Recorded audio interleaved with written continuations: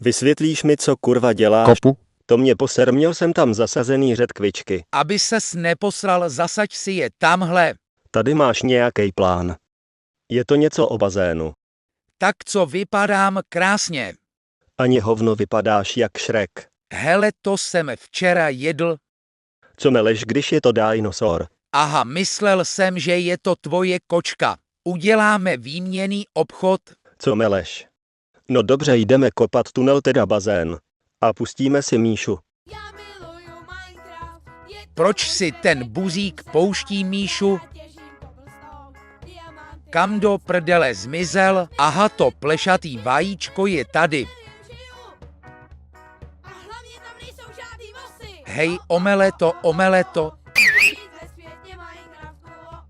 No co je Shreku plešatej? Mám limonádu. Nepiju limču a